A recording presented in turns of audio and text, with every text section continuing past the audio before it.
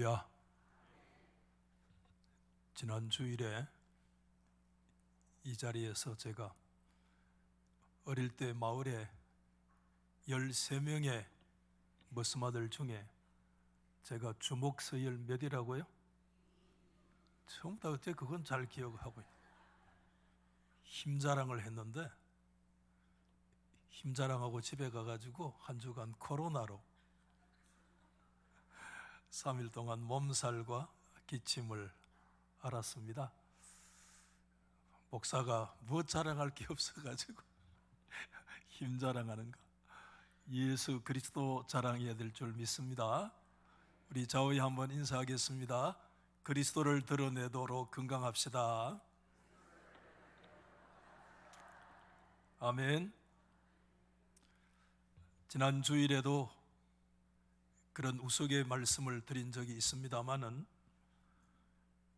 제가 어릴 때 마을 친구들 가운데 혼자 교회 다니면서 두 가지 면에서 속상했습니다.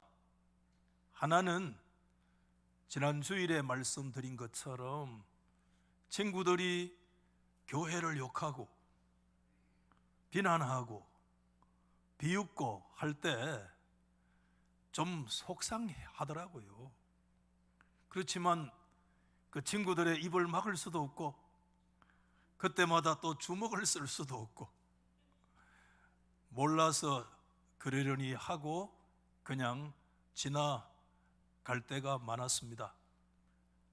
그러나 진짜 마음에 좀 억울하고 속상한 것이 있었는데, 13명의 친구 가운데 한 명은 20리 떨어진 상주 읍내에 있는 성당회를 다녔어요. 부모님들과 함께 그 천주 교인이 되어져서 아주 독실한 그런 신자가 되었는데, 초등학교 때까지만 해도 그 친구하고는 요즘 말로 얘기하면 절친이었어요. 정말 붙어 살았어요. 그런데 중학교 갈 때 학교가 달라졌어요. 고등학교도 달라졌어요. 그러니까 거리가 점점 멀어지고, 진짜 거리감이 왜 생기느냐 하면 종교가 다르니까 뭔가 거리감이 좀 생기고, 지금은 서울에 교도관으로 생활한다는 얘기는 들은 적이 있으나 계속 가는지 퇴직을 했는지 전혀 연락을 하고 있지는 않습니다.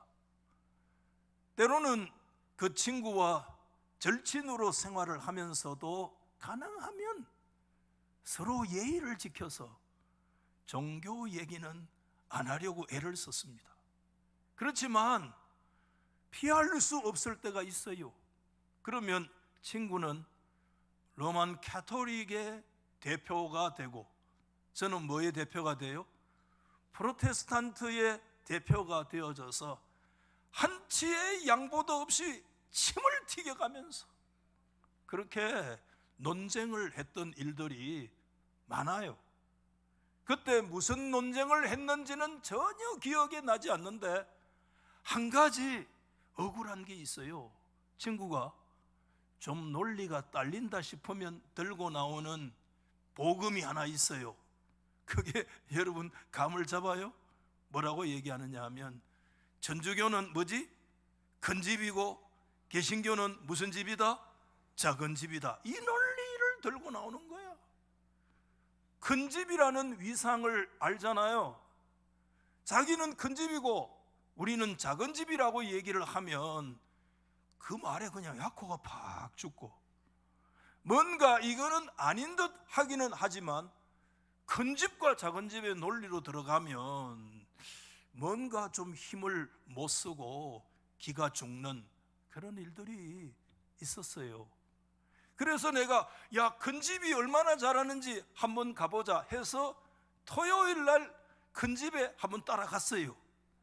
그러니까 토요일 날, 그때 아마 제 나이쯤 되는 남성들이 무슨 모임을 하는 그 일에 한번 따라갔는데, 뭐 일부에 뭐 했는지는 모르겠습니다만은 순서를 대충 마치고 나더니 3, 4, 5로 상을 펴고 둘러앉아 있고 저쪽에 문이 탁 열리더니 그 문으로 뭐가 박스가 막 들어오는데 그 박스가 무슨 박스였는가 하면 소주 박스가 들어온 거예요.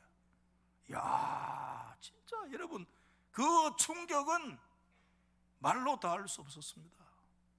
물론 저는 아랫목에 어린 시절에 술단지가 떨어지지 않는 그런 집에서 살았고 아버지가 술을 무척 좋아하는 그런 집에 살았습니다마는 그래도 교회 나가서 술 먹으면 지옥 가는 줄 알고 있을 때 큰 집에 갔더니 큰 집에서 예식을 마쳤는지 3, 4, 5로 막 소주를 까가지고 부어라 먹어라 마셔라 하는 그 충격은 정말 초등학교 때 엄청난 충격으로 저에게 다가왔어요. 친구도 제 눈치를 슬슬 보더라고요. 왜냐하면 뭐가 이거는 좀 아닌 듯한, 그 다음부터는요 친구가 큰 집 논리를 거의 입에 못 댔습니다. 왜냐하면 큰 집이 그 모양이냐 그 얘기를 하면 친구도 그만 입이 쑥 들어가는 그런 경우가 저에게 있었어요. 여러분, 우리가 흔히 큰 집이다 작은 집이다 라고 하는 논리는 쉽게 말하는 얘기기는 하지만 들어가 보면 신학적인 논리예요. 그 안에는 정통성의 문제가 자리를 잡고 있는 것입니다. 흔히들 옛날에 개신교를 일컬어서 전주교에서 세간살이 나왔다. 여러분, 세간살이라는 걸 말합니까? 큰 집에서 여러분 솥단지 하나 줘가지고 나가서 세간살이 내주고 작은 집이 내주는 게 세간살이에요. 전주교에서 세간살이 나오는 게 프로테스탄트 우리 개신교다 이렇게 얘기를 하면 기가 죽어요. 정통성의 문제를 얘기하는데 우리가요 또 보면 세간살이 나온 것 같아 보이지만 전혀 그렇지 않아요. 우리는 정통으로 다시 돌아간 줄 믿습니다. 전주교 1000년 동안에 흐려놓았던 그 비진리의 역사를 우리는 초대교회의 정신으로 하나님의 말씀의 근본 정신으로 백투소스 다시 우리의 근원으로 돌아가는 그런 시간이었지. 16세기 종교개혁은 그 결과로 장로교회가 태생되어졌는 것 같지만 장로교회는 그때 역사적인 산물이 아니라 사실상 초대교회와 성경적인 정통 진리로 돌아가는 순간이었다. 그것이 종교개혁이었다 하는 거 우리가 결코 잊어서는 안 됩니다. 제가 오늘 이 말씀을 드리는 이유는 오늘 마태복음을 들여다보면 이 복음을 기록하는 마태의 고민이 담겨 있다는 것을 우리가 생각할 필요가 있어요. 저의 고민은 전주교와 개신교 가운데 누가 정통성의 문제인가? 어린 시절에는 그런 얘기도 없지 그냥 피 튀기면서 침을 튀기면서 다투었지만 사실상 들어가면 정통성의 문제로 고민을 했다면 마태의 고민이 뭔가? 그것은 유대교와 개신교, 이 유대교와 기독교의 문제요 고민이었다는 것을 얘기를 해주고 있습니다. 마태복음은 여러분 1장에서 28장까지 말씀이지만 이 말씀은 1차적으로 마태 공동체 교회를 향해서 주시는 교훈이요 어쩌면 좀 설교와 같은 그런 말씀이라고도 얘기를 할 수 있잖아요.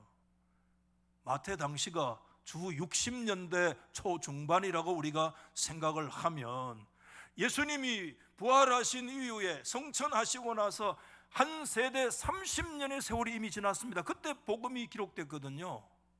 그때 마태교회, 초대교회가 안고 있는 어떤 위기, 초대교회가 가지고 있는 어떤 고민이 복음서에는 깊이 드리워져 있다라고 하는 거 우리가 생각해야 되죠. 저는 친구하고 어느 집이 큰 집이냐 작은 집이냐 이 논리, 정통성의 문제를 가지고 고민을 했지만 마태의 고민이 뭔가 하면 우리 한번 따라 하십시다. 누가 하나님의 참된 백성이냐? 누가 하나님의 진정한 하나님의 나라의 백성이냐? 누가 하나님의 예비된 그 나라와 그 잔치에 들어갈 수 있는가? 누가 하나님의 나라의 진정한 장자로서 그 위치를 차지할 수 있는가 하는 이 문제가 마태의 고민이었다는 것입니다. 여러분, 물어보지 않아도 유대교인들은 자기들이 정통성 가지고 있다고요. 왜? 율법을 가지고 자신들은 할례받은, 자신들은 선민이고 자기들만이 하나님 앞에 선택받은 정통성 가지고 있는 하나님의 참된 백성이라 그렇게 얘기를 갖고 확신하고 있지 않습니까? 근데 여러분, 오늘 1절에서 14절 말씀까지 이 한 단락으로 지을 수 있는 이 예수님의 이 비유의 말씀으로 우리가 가만히 들어가 보면 마태는 그 당시 유대인들을 어떤 모습으로 묘사하고 있는가 하는 것을 우리에게 보여주고 있는데, 한마디로 말하면 유대인들은요, 오늘날 얘기하면 의문투성이의 사람들, 때로는 현실적으로 설명하기가 매우 어려운 사람들이었다라고 하는 거예요. 여러분, 이 성경을 보면 우리는 주님의 말씀이기 때문에 의심을 하지 않고 의문을 던지지 않잖아요. 제가 말씀 종종 드립니다마는 성경은 질문을 해야 답을 하는 곳이에요. 때로는 의심할 필요도 있어요. 의문을 던져볼 필요도 있어요. 여러분, 여러 가지 의문이 생겨요, 이 비유에. 우선요, 지금 임금님이 아들을 위한 혼인잔치를 크게 베풀었는데, 그리고 사람들을 초대한다고 얘기를 했어요. 그런데 여러분, 임금님이 자신이 베푼 그 잔치에 사람들을 초대했는데, 감히 여러분, 고대 사회의 왕조 사회에서 임금의 초대를 거절할 수 있는 백성들이나 그런 신하들이 있을 수 있겠는가 하는 질문이 먼저 생기고요. 또 하나는 임금이 자기들을 초대하기 위해서 파송한 사람들이 가기 싫다고 그럼 안 가면 됐지, 그 임금이 파송한 사람들을 심지어 때려서 죽일 수 있는 그런 일들이 또 일어날 수 있겠는가? 말이 안 되는 듯한 그런 얘기를 오늘 우리 가운데 보여주잖아요. 정말 이해가 더 안 되는 것은 자신들이 임금의 초청을 거부당하고 종들이 죽임을 당했다고 해서 지금 임금은 잔치를 일시 중단을 하고요, 제후들을 죽이고 그 도시를 불살라 버리는 그런 일들이 일어날 수 있겠는가 하는 이런저런 질문들, 또 그렇다면 임금이 보호할 것을 충분히 생각을 했을 텐데, 그러면 임금이 군대를 몰고 왔을 때 그 임금을 방비할 수 있는 어떤 그런 채비를 해야 되는데, 여러분 오늘 24절 말씀까지 들여다보면 그런 사람들이 임금에 싸우려고 준비했던 그런 내용은 성경에 오늘 전혀 언급해 주고 있지 않습니다. 마태가 성경을 잘못 기록한 것이냐? 그럴 수 없잖아요, 여러분. 오늘 이 말씀은 유대인들이 어떤 존재들인가 하는 걸 말씀해 주고 있고, 그렇기 때문에 어쩌면 예수님도 오늘 의도적인 이 말씀을 통해 현실성에서 벗어난 일종의 알레고리라고 그래요. 이 알레고리적인 말씀을 통해서 뭘 우리 가운데 가르치느냐면, 메시아적인 은혜의 잔치를 지금 거부하고 있는 유대인들을 향한 하나님의 강력한 책망의 말씀이 오늘 이 말씀 안에 담겨져 있다라고 하는 것이죠. 여러분, 실제로 이스라엘의 역사는 이걸 증명해 주고 있잖아요. 여러분, 사도 바울이 로마서 10장에서 그렇게 말씀한 적이 있습니다. 하나님이 그들을 향해서 구원의 팔을 얼마나 많이 벌렸느냐. 여러분 10장 21절 말씀에 참여하는 의미에서 같이 한번 읽고 시작. 이스라엘에 대하여 이르되 순종하지 아니하고 그슬로 말하는 백성에게 뭐죠? 내가 종일 내 손을 벌려노라. 끝에 한번 더 읽읍시다. 내가 종일 내 손을 벌려노라. 이게 여러분, 저와 여러분을 향하신 하나님 아버지의 마음인 줄 믿으시기 바랍니다. 하나님은 불순종하고 거슬리는 백성들을 향해서 하나님은 종일토록, 한번 상상해 보십시오. 팔을 벌리고 돌아오라고, 불순종해서 순종으로 나오라고, 신앙으로 나오라고, 그 삶을 회개하고 돌아오라고. 하나님은 지나온 이스라엘의 역사 속에서 하나님의 모습은 어떤 모습이었느냐? 하나님의 백성들을 향해서 종일토록 팔을 벌리고 그들이 돌아오기를 기다리는 아버지의 음성과 모습을 우리 가운데 말씀해. 이게 이스라엘의 역사예요. 예수님은 오셔서 눈물로 말씀을 하신 적이 여러분 있지 않습니까? 마태 23장에 예루살렘의 성을 예수님 바라보시면서 예루살렘아 예루살렘아, 성경에 예수님이 서너 번 우셨다는 기록이 있는데 예수님께서 그때 예루살렘의 도성을 바라보면서 예루살렘아 예루살렘아, 예수님 이때 눈물을 흘리셨어요. 선지자들을 죽이고 하나님 앞에 파송된 자들을 돌로 치는 자가 누구냐? 그게 예루살렘이다. 오늘 이 비유의 말씀과 같은 모습을 얘기하잖아요. 암탉이 그 새끼를 자기의 날개 아래 품으려고 그 모으려고 한 일이 얼마나 되느냐? 그러나 너희는 원하지 아니했다. 그럴 때 어떤 역사가 일어나느냐? 결국에 황폐하여서 하나님 앞에 버림바가 될 것이다 라고 말씀을 하셨는데, 이것은 이스라엘의 역사였고 예수님의 이 말씀이 여러분 주 30년에 이 말씀을 하셨다면 30년 정도 지나서 이 말씀 마지막에 그런 말씀이 있잖아요. 보라 말씀이 있잖아요. 너희 집이 황폐하여 버려진 바 되리라. 예루살렘의 심판과 하나님의 경고를 말씀해 주고 있는데, 이게 언제 나타났어요? 여러분 주후 66년부터요 유다가요 독립전쟁을 합니다. 그게 한 3, 4년 동안 계속해서 독립전쟁을 하는데, 그때 유다가 독립전쟁하니 누구에 대해서 도전하느냐? 로마 세력에 도전하는 거잖아요. 로마의 장군 누굽니까? 그 유명한 디도 장군 티투스를 보내가지고요 완전히 예루살렘을 여러분 말 그대로 박살이 났어요. 예루살렘이. 예수님이 말씀하신 그대로 돌 위에 돌 하나 놓여지지 않는 역사가 일어난다는 그 일들이 주후 70년에 가면 그 유명한 8월 29일에 예루살렘의 성전이 무너지고 예루살렘이 멸망한 날이거든요.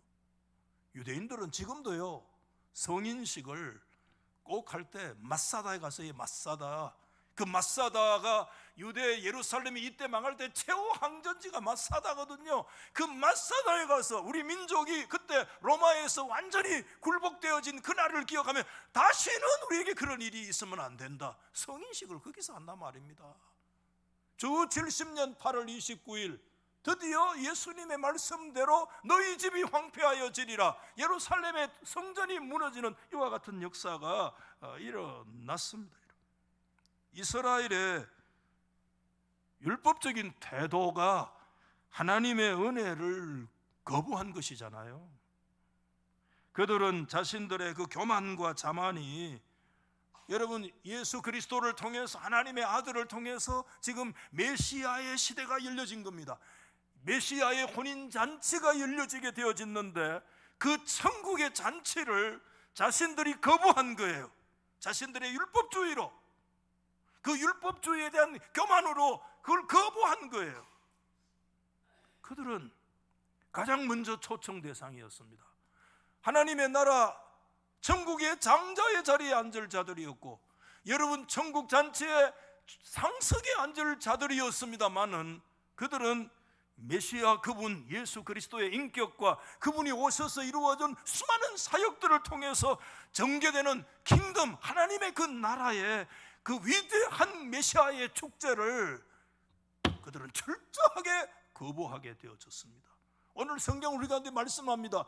누가 메시아의 잔치에, 누가 천국에 들어갈 수 있는 것인가 질문하고 있습니다. 여러분, 유대인들이 버림당하자 어떤 일이 일어났습니까? 첫 번째, 사람들이 초청에 거부했을 때 그 다음에 어떤 일이 일어나요? 오늘 본문 8절과 10절에 보면 이렇게 얘기합니다.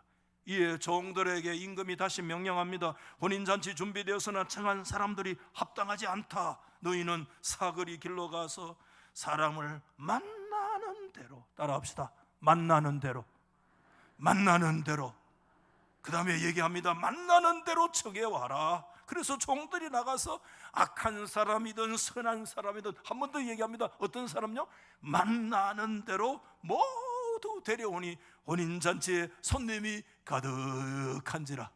야, 여러분, 유대인들이 그 메시아의 잔치를 거부하면 그 메시아의 잔치가 텅텅 빌 줄 알았습니다. 그런데 어떤 역사가 일어났느냐? 유대인들이 그 잔치를 거부했을 때, 그때 그 다음에 어떤 역사가? 저 사거리 길에 가서 선한 자나 악한 자나 묻지도 따지지도 아니하고 모두 다 데리고 와. 그 잔치에 손님이 가득하게 되어지는 것이 하나님의 나라의 역사요, 하나님의 은혜의 역사인 줄로 믿습니다. 그때 놀라운 일이 일어나게 되었어요. 그래서요, 정말 손님들이 가득하게 되어졌어요. 이것은 여러분, 사도 바울이 경고했던 말씀이 어쩌면 그대로 현실화된 거예요. 바울은 로마서 11장 11절 말씀에 뭐라고 얘기했어요? 그들이 넘어짐으로 구원이 이방인에게 이르렀다. 중요한 말씀이라. 유대인들이 넘어지고로 하나님의 구원 역사가 끝난 게 아니라, 유대인들이 자빠졌는데 그러면 주의 나라는 텅텅 비었느냐? 아니야. 유대인들이 자빠지니까 그 하나님의 위대한 메시아의 잔치 구원은 누구에게로 넘어갔어요? 이방인들에게로 넘어가가지고요, 혼인집이 가득 들어찬 거야, 여러분. 놀라운 역사예요, 여러분. 유대인들은 상상도 못하는 일들이야. 내가 아니면 그 자리에 도대체 비어있을 자리인 줄 알았잖아요. 아니야. 내가 아니면 하나님은 다른 사람을 통해서 그 자리에 세우실 수 있는 줄 믿습니다. 저는 한 번도 내가 아니면 된다 안 된다 그런 얘기를 한 적이 한 번도 없고, 그런 마음을 한 번도 가진 적이 없어요. 하나님이 이 자리에 세워주신 이 위치, 이 자리에 앉게 하신 이 순간이 하나님의 은혜인 줄 믿으시면 아멘. 하나님은 내가 아니라도, 여러분이 아니라도 하나님은 누구를 통해서든지 주의 나라의 역사를, 주의 혼인잔치의 위대한 역사를 이끌어가고 열어가시는 분인 줄로 믿습니다. 한마디로 말하면 아무 자격도 없는, 좀 속된 표현으로 얘기하면 어중이 떠중이까지 다, 미안합니다, 어중이 떠중이, 그게 누구냐면 우리 자신들입니다. 미안하지만 저 자신도 포함해서 우리 다 어중이 떠중이 안에 다 들어간 거예요. 사실 그 나라에다 만나는 대로. 여러분, 이것이 예수 그리스도 메시아를 통해서 일어나는 기독교의 역사요, 메시아의 나라요, 천국의 잔치요, 이게 전적으로 하나님의 은혜의 역사인 줄로 믿으시면 아멘. 우리 이거 분명히 믿습니다. 자, 이제 여러분, 유대인들은 거부해가지고 자리가 텅텅 빈 줄 알았는데 아니야. 그 자리가 미어 터지도록 들어온 거야, 여러분들. 엄청나게 들어왔어요. 하나님의 나라는 비지 않아요. 하나님의 나라는 엄청 들어찹니다. 때가 될 때까지 이방인의 숫자가 충만할 때까지. 이거는 바울도 다 몰라. 그것도 바울도 미스테리 신비라고 그랬어. 신비. 그건 전적으로 하나님의 손에 달려있는 그 이방인의 충만한 숫자, 충만하여 말 그대로 한 자리도 빈자리가 없이 그리스도의 은혜 가운데 모두 하나님의 예비하신 역사가 주의 나라에 채워지게 될 줄 믿습니다. 충만하게 채워진 거야, 여러분들. 그러면 끝이냐? 오늘 마태의 질문이 여기서 나타나는 거예요. 마태가 오늘 이 1절에서 14절의 말씀을 얘기하는 이유가 여기에 새로운 질문을 우리 가운데 던지고 있기 때문입니다. 이방인들이 하나님의 은혜로 그 잔치에 빈틈이 없이 가득 들어찼는데, 그렇다면 마태는 여기서 한 가지 더 질문을 던진다. 뭐라고 얘기하느냐? 그러면 그것으로 하나님의 구속사의 역사가 끝이 났느냐? 아니라는 것입니다, 여러분. 구속사의 모든 문제는 그것으로 결코 끝나는 것이 아니라, 유대인들이 하나님의 나라에서 버림받는 원인이 율법주의의 문제였다면, 그러면 그 은혜의 그 나라에 들어온 자들의 문제가 뭐냐 하는 것을 오늘 마태는 오늘 이 본문을 통해서 전혀 새로운 질문을 저와 여러분에게 던지는 것입니다. 유대인들은 지금도 잔치 밖에 붙어져 있습니다. 지난 2000년 동안 여전히 거부하고 있습니다.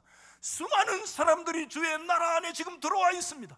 주일만 되면 수십만 명, 수백만 명들이 교회 안에 들어와 있습니다. 그런데 마태는 주 60년 마태 교회를 향해서 오늘 2000년 2022세기를 살아가는 우리를 향해서 이 시간에 질문합니다. 메시아의 구속의 역사는 그것으로 끝이냐라고 우리 가운데 얘기하는 것입니다. 유대인들의 역사가 메시아의 역사와 하나님 나라를 거절하는 율법의 문제였다고 한다면 교회 안에 들어와 있는 우리들의 문제가 무언가 하는 문제를 다시 질문하는 거예요. 오늘 이 말씀이. 잔치에 사람들이 꽉 들어왔어요. 근데 이제 그때 임금이 등장했어요. 그래가지고 사람들 사이를 다니면서 그때 아마 환영했겠죠. 그런데 그때 임금이 분노한 거야. 왜? 가득 들어찬 사람들을 보고 임금의 분노한 이유가 뭔가에 대한 얘기를 하고자 하는 거예요. 오늘 이 말씀이. 그때 임금이 분노한 이유가 뭔가? 여러분 11절 13절 말씀 보세요. 임금이 손님들을 보러 들어갔어요. 그냥 기분이 좋았겠죠. 그렇죠? 야, 이렇게 많은 사람들이 와 있네. 그런데 거기서 누구를 봤는가 하면 뭐죠? 예복을 입지 않는 한 사람을 보고 이르되 친구여 어찌하여 예복을 입지 않고 여기 들어왔느냐 하니 그가 아무 말도 못했어. 유구무원이었어요. 그러자 임금의 낯빛이 바뀌면서 종들에게 명령합니다. 저 예복을 입지 않는 사람, 저 사람의 수족을 묶어서 저 바깥에 어두운 곳에 내던져 버려라. 거기서 슬피 이를 걸게 되리라. 이것도 무슨 말이냐 이 말입니다. 여러분 우리가 흔히 오늘 이 말씀을 혼인잔치 비유라는 말씀으로 뭉뚱그리고 넘어가서 안 됩니다. 오늘 마태가 이 말씀을 주 60년의 마태 교회를 향해서 이 말씀을 기록하고 이 말씀을 기록하는 주님의 뜻이 뭔가에 대해서 우리 가운데 질문하고 있는 것입니다. 그 교회 공동체 안에 수많은 사람들이 들어와 있는데 그들을 향해서 임금이 분노하시는 이유가 무엇인가에 대한 새로운 질문을 교회를 향해서 우리 가운데 던지고 있는 것입니다.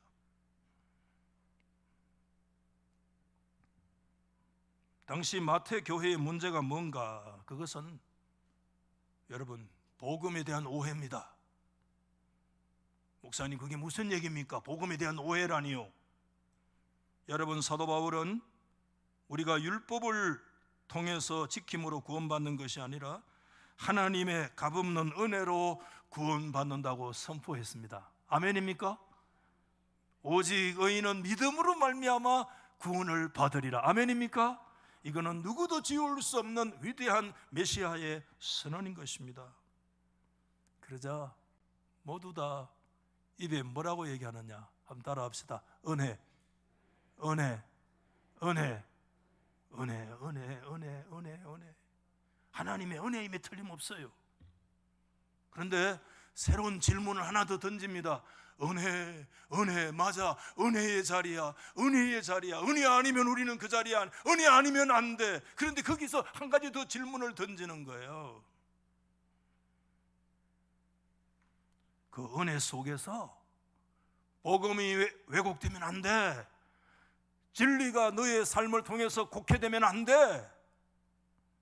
율법은 끝났다. 끝났어요. 이제 자유다. 맞아요. 자유예요. 그러면 그 다음에 문제가 있습니다. 그러면 캐세라 세라 네 마음대로 해도 돼? 하는 질문입니다. 여러분 사도 바울은 경고했습니다. 로마서 6장 말씀에 한번 보십시오. 그런 적 어찌하리요? 유명한 말씀입니다. 한번 따라하십시다. 우리가 법 아래 있지 아니하고 은혜 아래 있다. 이것이 저와 여러분에게 주신 하나님의 은총인 줄 믿으시면 아멘. 저와 여러분은 오늘 분명히 말씀드립니다. 우리는 율법 아래 있지 아니하고 하나님 그리스도의 은혜 아래 있는 줄 믿으시면 아멘. 우리는 율법 아래 있지 않고 예수 그리스도로 나타난 메시아의 은혜 아래에 있습니다.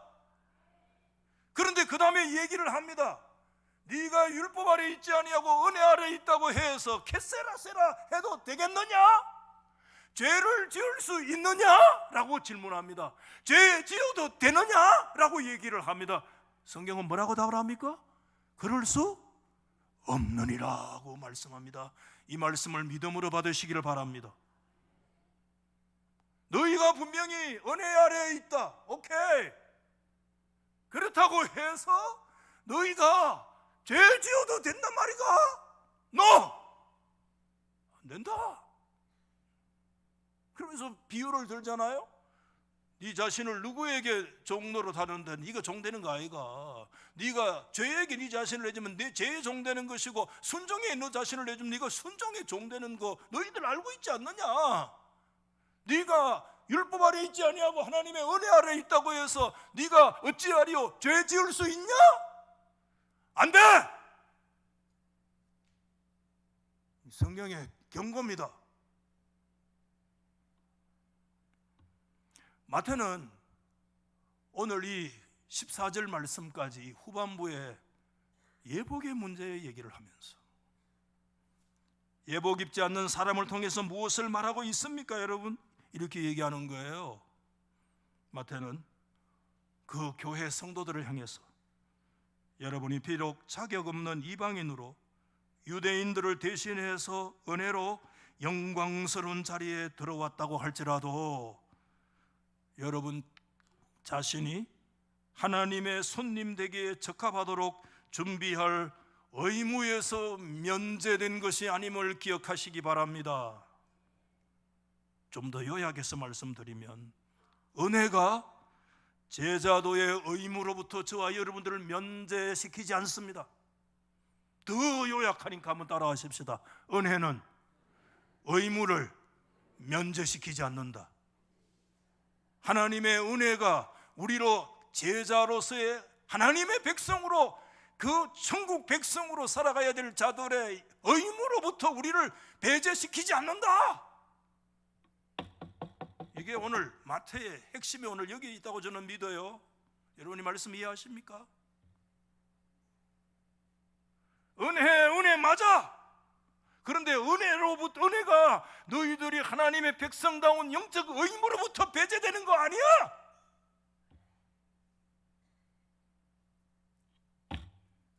저희들이면 수십만 명, 수백만 명이 교회에 모여와 은혜 아니면 안 돼.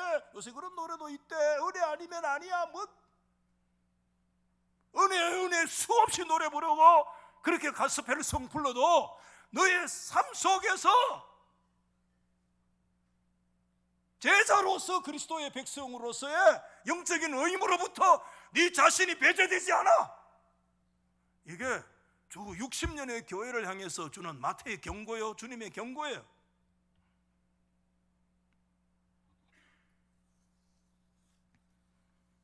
물론 이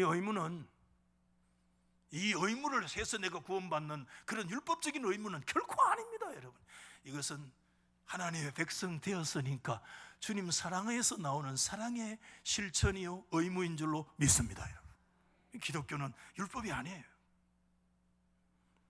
오늘 이 문제는 주 60년의 마태의 문제, 교회의 문제만이 아니라 오늘 21세기에 지금 있는 우리 교회의 문제요 나의 문제일 수도 있다. 여러분, 우리는 외형적으로는 다 잔치에 들어와 있습니다. 하나님의 나라 안에 들어와 있습니다. 그러나 내면적으로는 들어가 보자는 것입니다. 그 하나님의 나라에 들어와 있는데 하나님의 나라 백성다운 합당한 예복을 입지 못하고 있는 것에 대한 경고의 말씀인 것입니다.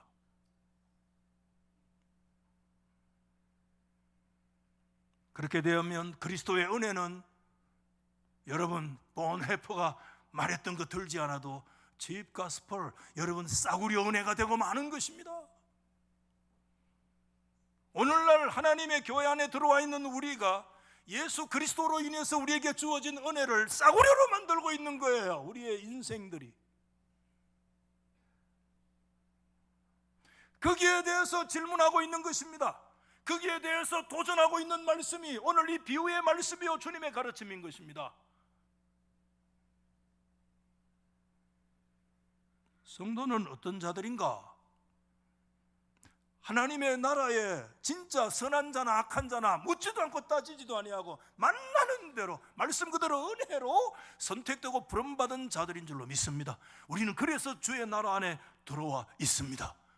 그러나 성도는 뭘 가져야 되느냐? 합당한 예복을 갖춰야 된다 말씀을 하고 있습니다. 우리는 하나님의 나라 백성의 합당한 예복을 갖추고 있습니까?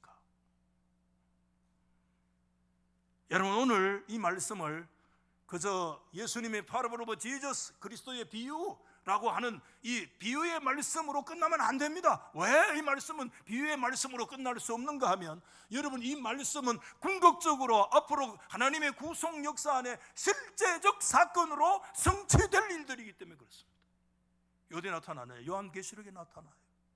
요한계시록에 여러분 21장 이전에 19장에 보면 여러분 어린 양의 혼인잔치가 베풀어집니다. 거기에 이런 말씀이 있습니다.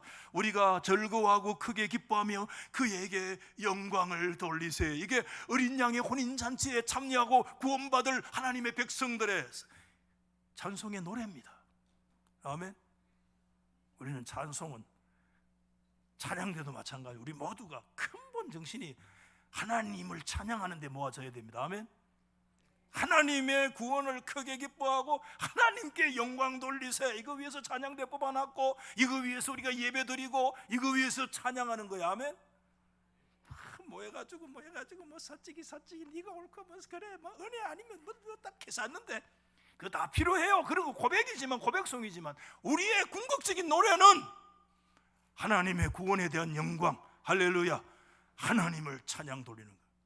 영광 돌리세. 어린 양의 혼인 기약이 이르렀고 그의 아내가 자신을 준비하였으므로. 그의 아내가 누굽니까? 교회입니다. 할렐루야. 오늘 이 주일학교 여름에 정확하게 배웠어요. 교회가 누구냐? 영어 따라합시다. I am the church. 내가 뭐다? 교회다. 따라합시다. 내가 교회다. 예배당이 아니야. 교회는 I am the church. 내가 교회야. 아멘. 우리는 주님의 아내예요. 성경에 말씀합니다. 그의 아내가 자신을 준비하였으므로 그에게 빛나고 깨끗한 세마포 옷을 입도록 허락하셨으니. 그 다음에 시작. 이 세마포 옷은 뭐라고요? 성도들의 옳은 행실이로다. 여러분, 이 말씀을 이 부분에 들어가서 뭐 해석하려면 끝도 없는데 문자 그대로 주의 주신 말씀대로 받으시기를 바랍니다.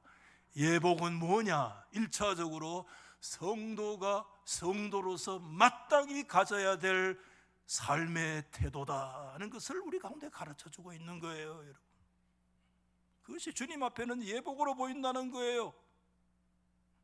물론 여러분, 이 예복조차도 여러분 궁극적으로 저와 여러분의 의로 지어질 수 있는 것이 아니라 하나님의 그리스도의 은혜로 우리 가운데 누리는 의인 줄 믿습니다. 여러분, 요한계시록 19장에 이 세마포 의의 옷을 예복을 얘기하지만 요한계시록 19장에 거기에서 이 예복을 입혀주시기 위해서 주님은 어떤 옷을 입고 계시느냐 하면, 받아봅시다. 주님은 피 뿌린 옷을 입으셨다. 우리 주님은 저와 여러분에게 의의 아름다운 믿음의 예복을 주시기 위해서, 신부로서의 아름다운 아내로서 우리를 만드시기 위해서 그리스도는 십자가에 피 뿌린 옷을 입으셨기 때문에 그분의 피 뿌린 옷의 결과로 우리는 그분의 거룩한 의를 받아 누리는 그와 같은 자리에 우리가 서 있는 거예요. 우리가 지금 우리의 예복의 상태는 어떤가를 한번 돌아보시길 바랍니다. 여러분, 저는 신약 성경에 어제 다시 쭉 찾아보니까 요즘 뭐 컴퓨터 통계가 얼마나 잘 돼 있는지요. 야, 옛날 같으면 사전 찾아가지고 옷이라는 단어가 어디 있는가 하면 쫙, 요새는요 성경에 딱 컴퓨터 눌리면요 마태복음부터 요한계시록까지 옷이라는 단어가 몇 번 딱 눌리면 쫙 구절 나옵니다. 136번이 나오더라고, 신약 성경에 옷이라는 단어가. 그게 대체로 우리가 입는 물리적인 옷에 대해서 얘기하는데 서신서나 계시록으로 들어가니까 옷의 의미가 완전히 달라져요. 한마디로 얘기하면 뭘 얘기하느냐? 성도들의 삶의 모습을 옷이라고 얘기를 한 거야. 그래서 제가 세 가지로 좀 간단하게 정리를 하고 말씀을 마치는데, 첫째는 여러분 받아하십시다. 빛의 갑옷을 입어라. 성도가 마땅히 입어야 될 옷이 뭐냐 하면 빛의 갑옷을 입어라. 유명한 구절 아니에요?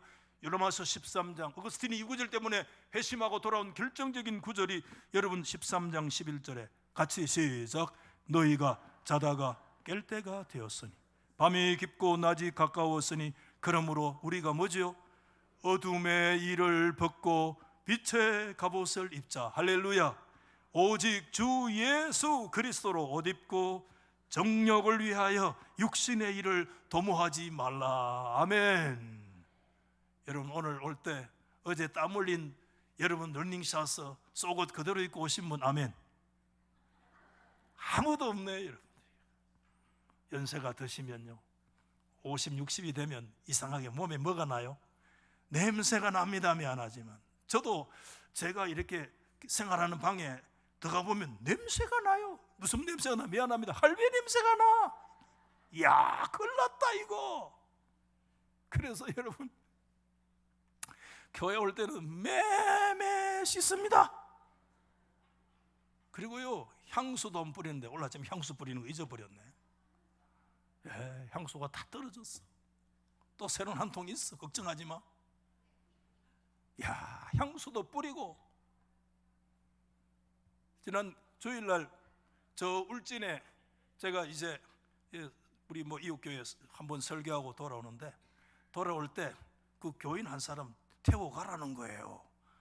그래 뭐 저희 아내하고 둘이 뭐 밤에 오는데 또 새로운 사람 한 사람 태우면 좀 불편한 것도 있지만 또 거절할 수는 없잖아요. 그래가지고 이제 한 사람 태워가지고 이제 야 여러분 후포까지 멀더라고요. 200km 거의. 그래 이제 태워오는데 저희 아내가 문을 창문을 열었다가 닫았다가 열었다가 닫았다 이렇게 하는 거야. 그래 저 양반 와가지고 가노. 그래가지고 집에 와가지고 이렇게 하는 거야. 토할 뻔했다 이렇게 하는 거야. 왜냐하면 뒤에 할배 한 번 모시고 왔는데 냄새가 지독했다는 거야. 여러분 용서하십시오. 저희 제일 절대 그런 거 얘기 안 하는 사람인데 나는 하나도 냄새가 안 나더라고.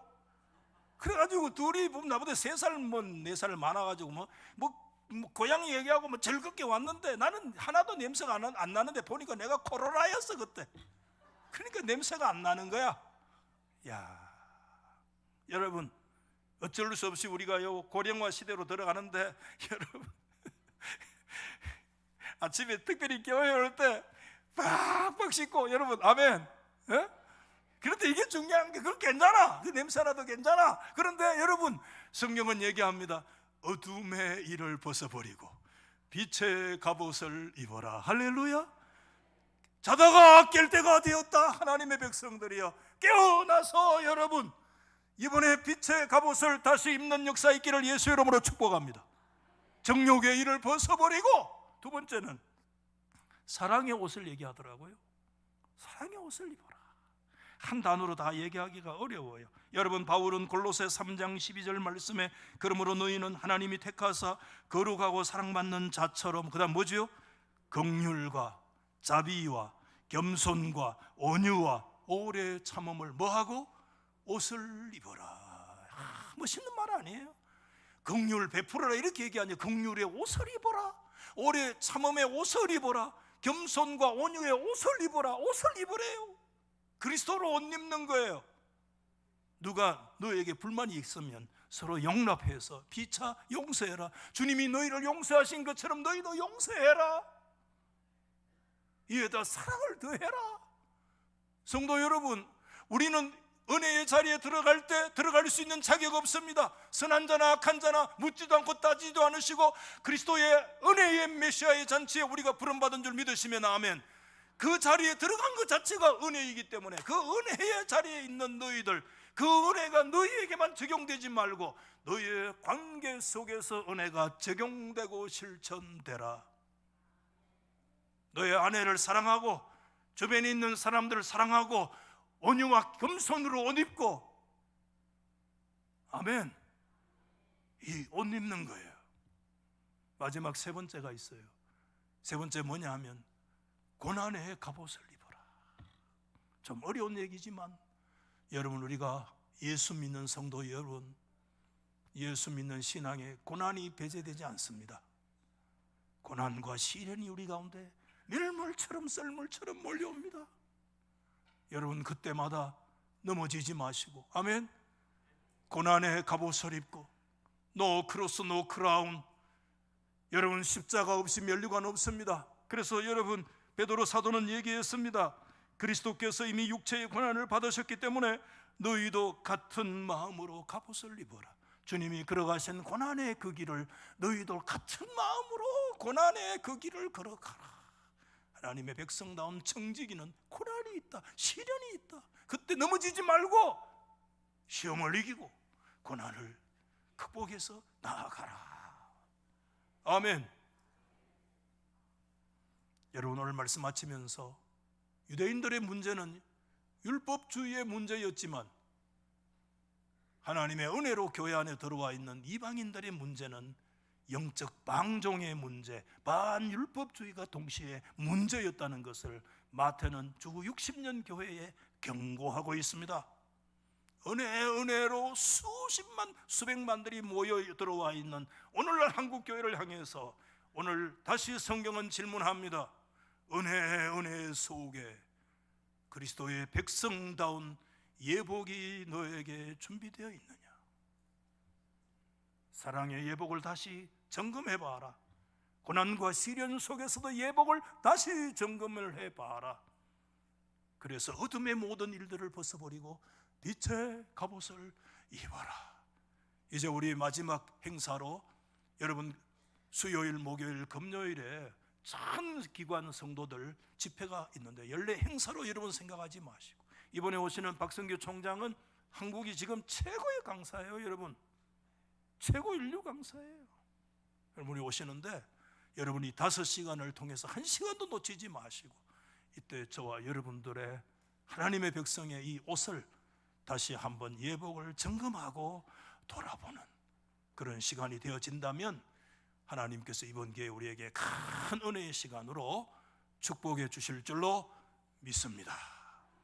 아멘. 우리